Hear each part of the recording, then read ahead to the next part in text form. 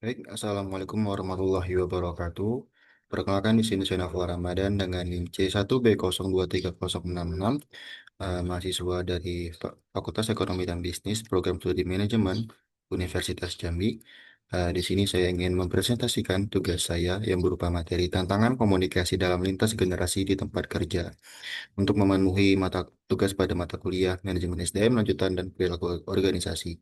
Oke, sebelum saya memulai video ini, saya ingin berterima kasih kepada dosen pengampu saya yaitu Ibu Dr. Sri Rosita yang sudah eh, mengajar selama setengah semester ini. Baik, langsung saja kita masuki ke materi. Oke, di sini ada latar belakang pada pembahasan ini. Jadi tempat kerja di masa kini itu terdapat perpaduan yang unik dari berbagai latar belakang yang dikenal sebagai keberagaman ataupun diversity. Jadi keberagaman ini mencakup pada perbedaan individu dalam karakteristik, perspektif, serta latar belakangnya.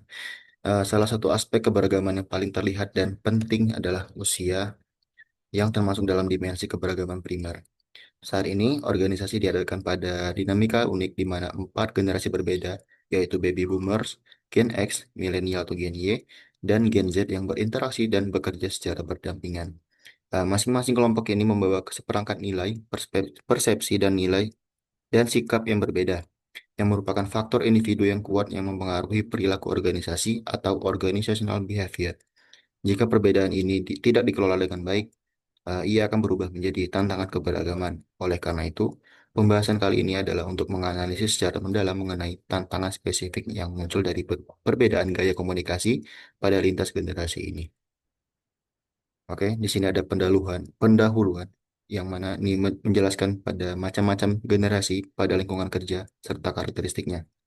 Yang pertama itu ada generasi baby boomers yang pada kelahiran itu tahun 1946 sampai 1964. Jadi nama baby boomers ini sendiri berasal dari fenomena pertumbuhan populasi yang signifikan dan cepat setelah para prajurit kembali dari medan perang dan mulai membentuk keluarga mereka. Warner dan Sandberg tahun 2010 mendeskripsikan baby boomer sebagai generasi yang memiliki tingkat idealisme yang tinggi dan mampu mempertanyakan otoritas mereka. Boomer sendiri memiliki tingkat optimisme yang kompetitif karena mereka dibesarkan untuk percaya bahwa segalanya itu mungkin, bahkan meyakini bahwa mereka dapat mengubah dunia. Generasi ini dikenal sebagai pekerja yang keras, bersedia bekerja ekstra, serta mendefinisikan profesionalisme dengan prestasi mereka. Karakter Karakteristik utama mereka di tempat kerja itu yang pertama ada mereka cenderung memiliki etos workaholic, menghargai pengorbanan dan menjunjung tinggi dedikasi jangka panjang pada karir mereka. Mereka juga menghargai hierarki dan struktur organisasi yang jelas, serta berperilaku sesuai dengan peran dan norma yang telah ditetapkan. Mereka juga cenderung lebih nyaman dan mengharapkan bentuk komunikasi yang formal seperti tatap muka, telepon, ataupun melalui surat elektronik email yang komprehensif. Lalu yang kedua ada generasi X pada tahun kelahiran mereka itu 1965 sampai 1980. Jadi di sini Mitchell tahun 1993 menyebutkan generasi ini sering dijuluki sebagai the latchkey generation karena tumbuh dalam periode meningkatnya ibu bekerja dan perceraian yang membuat mereka belajar kemandirian atau self-reliance sejak dini. Jadi posisi mereka ini sebagai jembatan antara baby boomers dan generasi selanjutnya yaitu milenial dan Gen Z yang membuat mereka memiliki perspektif yang unik di tempat kerja. Jadi terdapat pula karakteristik mereka di tempat kerja itu ada generasi ini secara eksplisit menekankan pentingnya menyeimbangkan tuntutan karir dengan kehidupan pribadi. Mereka itu tidak segan untuk meninggalkan pekerjaan bila hal tersebut tidak membuat mereka bahagia atau bila mengganggu kehidupan pribadi mereka. Generasi ini juga pragmatis, mandiri, serta berorientasi pada hasil. Jadi Gen X ini menyukai tantangan, namun lebih suka diberi kebebasan dan ruang untuk berkembang tanpa pengawasan mikro yang berlebihan. Lalu gaya komunikasi mereka itu yang bersifat langsung ataupun to the point serta efisien. Mereka mereka tidak menyukai formalitas berlebihan atau pertemuan yang tidak perlu karena dianggap tidak efisien serta menghabiskan waktu yang berharga. Meskipun bukan digital natif sejati seperti Gen milenial dan Gen Z, mereka juga generasi yang adaptif dan melek teknologi. Mereka cenderung menggunakan email sebagai alat komunikasi kerja utama yang efisien. Berikutnya ada generasi milenial atau Gen Y, berkisar dari tahun 1981 sampai 1996. Jadi generasi milenial ini generasi memasuki masa dewasa bertepatan dengan pergantian milenium dan menyaksikan akselerasi masif teknologi. Mereka disebut sebagai digital pioneer atau generasi jembatan digital yang tumbuh dengan akses luas terhadap internet, telepon genggam, dan media sosial yang membentuk cara mereka berinteraksi dan berkomunikasi. Jadi karakter mereka di tempat kerja itu ada berbeda dengan generasi yang sebelumnya yang fokus pada loyalitas perusahaan atau stabilitas. Generasi milenial termotivasi pada makna dan tujuan atau purpose driven dalam pekerjaan mereka. Mereka ingin merasa pekerjaan mereka penting dan berkontribusi pada sesuatu yang lebih besar. Generasi milenial juga cenderung bekerja dengan baik dalam tim dan menyukai lingkungan yang inklusif dan kolaboratif.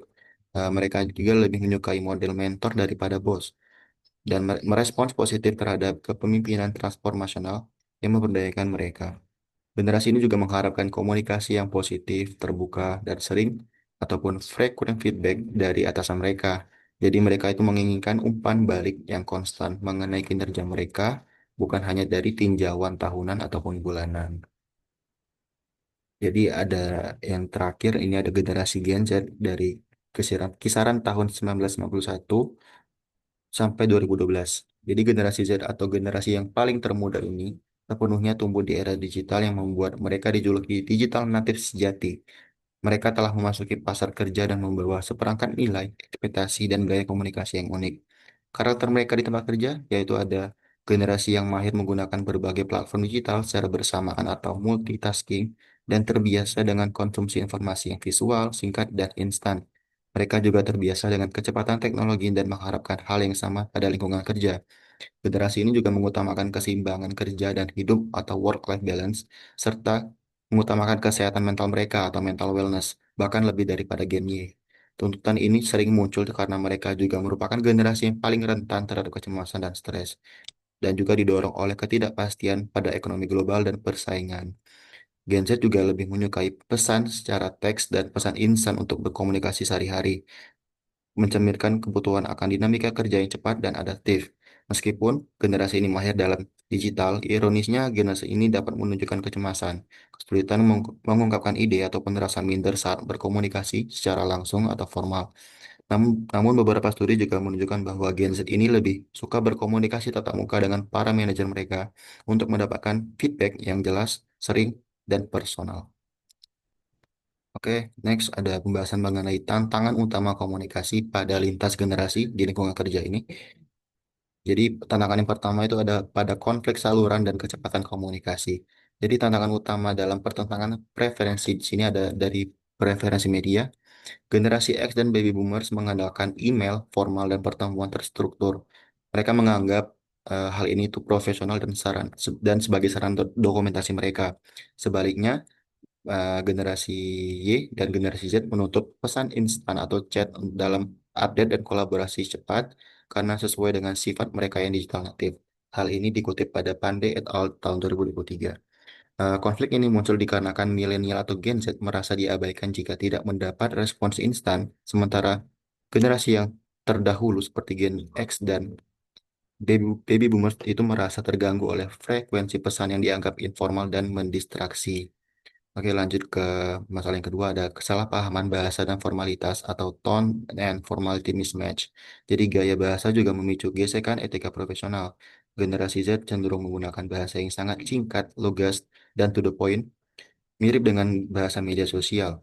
Dan gaya ini tuh meskipun dimaksudkan untuk efisiensi, namun seringkali ditafsirkan oleh generasi yang lebih tua sebagai kurangnya rasa hormat, ketidakmampuan profesional, serta kurangnya social awareness. Jadi generasi muda di sini menganggap bahasa formal itu sebagai bahasa yang bertele-tele, sedangkan generasi tua itu menganggap bahasa informal sebagai suatu hal yang tidak sopan. Jadi di sini itu menciptakan kesalahpahaman pada komunikasi lintas budaya dalam konteks eh, lingkungan kerja. Oke, lanjut pada tantangan yang ketiga, ada disparitas ekspektasi umpan balik atau feedback. Jadi tantangan di sini itu paling mempengaruhi retensi karyawan.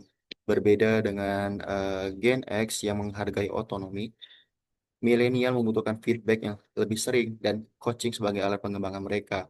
Jadi kebutuhan ini semakin ekstrim pada generasi Z dan generasi Y tadi, milenial, yang menuntut umpan balik yang sangat jelas, personal, serta konsisten untuk mengurangi kecemasan akan kinerja mereka. Para manajer yang gagal menerapkan gaya kepemimpinan inklusif yang menyesuaikan frekuensi feedback ini, dapat kesulitan mempertahankan talenta muda mereka yang mendambakan rasa dihargai serta diberdayakan. Ini kita lanjut ke pembahasan pada penanganannya. Di sini ada strategi pengelolaan komunikasi pada lintas generasi. Nah, di sini ada yang pertama itu ada strategi kebijakan komunikasi fleksibel dan terstruktur. Jadi, kebijakan komunikasi yang kaku seringkali menjadi penyebab utama frustasi lintas generasi ini. Jadi, solusinya adalah menerapkan kerangka kerja yang lebih fleksibel, namun juga terstruktur, yang dapat menghargai preferensi semua pihak dari kebutuhan dokumentasi formal dari para Gen X dan baby boomer ini sampai hingga tuntunan kecepatan instan atau generasi milenial sampai generasi Z. Nah, ini ada caranya. Yang pertama ada melalui perjanjian tim atau tim communication charter. Inti dari kebijakan ini itu mewajibkan setiap tim kerja untuk menyusun dan menyepakati perjanjian komunikasi tim.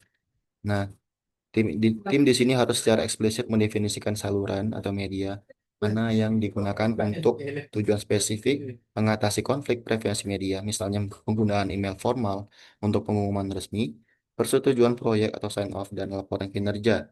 Saluran ini tuh wajib direspon dalam periode waktu yang jelas, misalnya maksimal 24 jam kerja. Jadi ada pula medianya yaitu chat instan dapat digunakan dalam pertanyaan mendesak, koordinasi cepat, update status real time, dan pembangunan suasana kerja informal. Dapat pula pada pertemuan tatap muka atau virtual. Hal ini itu dibatasi untuk diskusi yang kompleks saja atau hanya untuk brainstorming pada sesi coaching. Hal ini itu dapat menghargai waktu para Gen X serta memprioritaskan interaksi personal yang dibutuhkan para Gen Z tadi ataupun Gen milenial juga. Nah, hal ini juga dapat memberikan waktu respon yang jelas. Jadi, penetapan ekspektasi waktu yang respon untuk setiap saluran, misalnya chat diharapkan direspon dalam 1 sampai 2 jam, atau email direspon minimal 24 jam tadi. Jika kita menghubungkan pada masalah karakter Gen Z ini, strategi yang telah dijelaskan tadi dapat mengurangi kecemasan akan respons yang lambat. Di penanganan yang kedua, di sini ada program reverse mentoring atau mentoring dua arah. Untuk menjembatani kesenjangan pemahaman dan teknologi antar generasi, organisasi harus mengimplementasikan program reverse mentoring. Jadi program ini itu merupakan mekanisme strategis yang secara efektif membalikkan peran mentoring yang sudah tradisional. Jadi program ini bukanlah sekedar hanya pelatihan teknologi, melainkan juga sebuah dialog secara dua arah yang dirancang untuk membangun pemahaman timbal balik dan pemecahan tembok hierarki. Strategi ini juga secara langsung mengatasi dua tantangan utama komunikasi yang telah dibahas, yaitu kesenjangan teknologi serta konflik nilai lintas generasi. Jadi melalui program tadi ini, organisasi dapat mendapatkan manfaat yang signifikan berupa yang pertama ada peningkatan komunikasi, dapat terciptanya jalur komunikasi yang baru serta informal. Para mentors senior belajar mengapresiasi kecepatan Gen Z, sementara mentor junior belajar menghormati formalitas dan strategi komunikasi hierarkis. Lalu juga terdapat pula manfaat pada pengurangan bias dan konflik.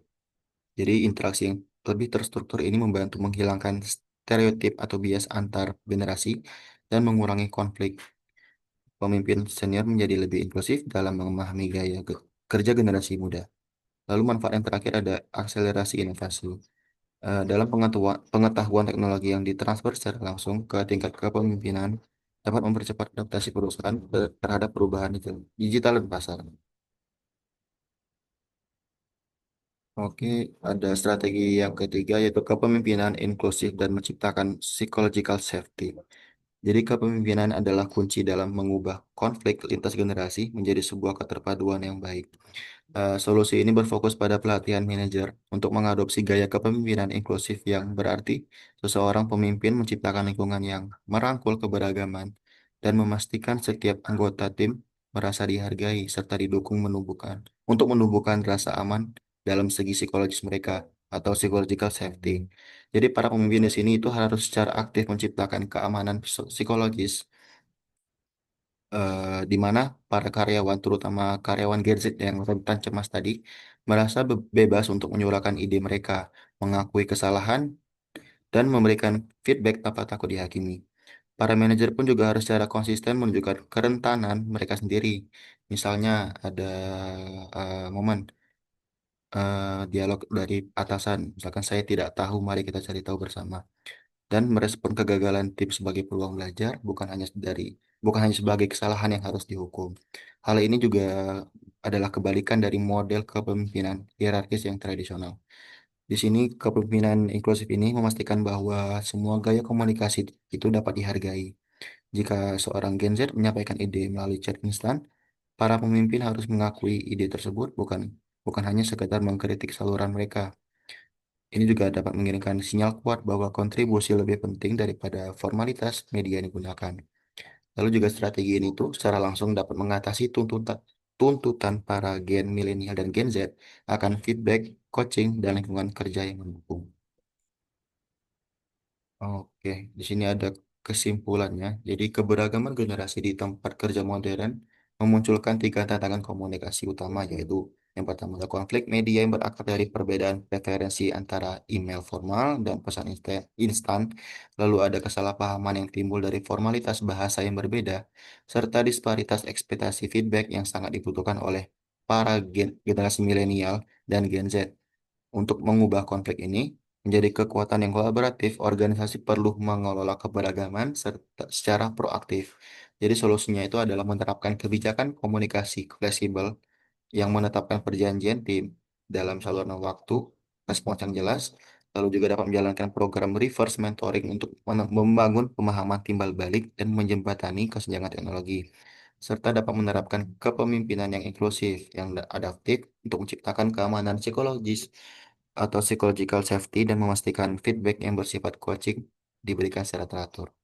Dengan mengelola perbedaan komunikasi ini, organisasi dapat memaksimalkan potensi semua generasi, menjamin retensi, serta mencapai produktivitas yang tinggi. Baik, sekian saja pemaparan materi dari saya. Mohon maaf jika ada salah kata. Saya akhiri. Wassalamualaikum warahmatullahi wabarakatuh.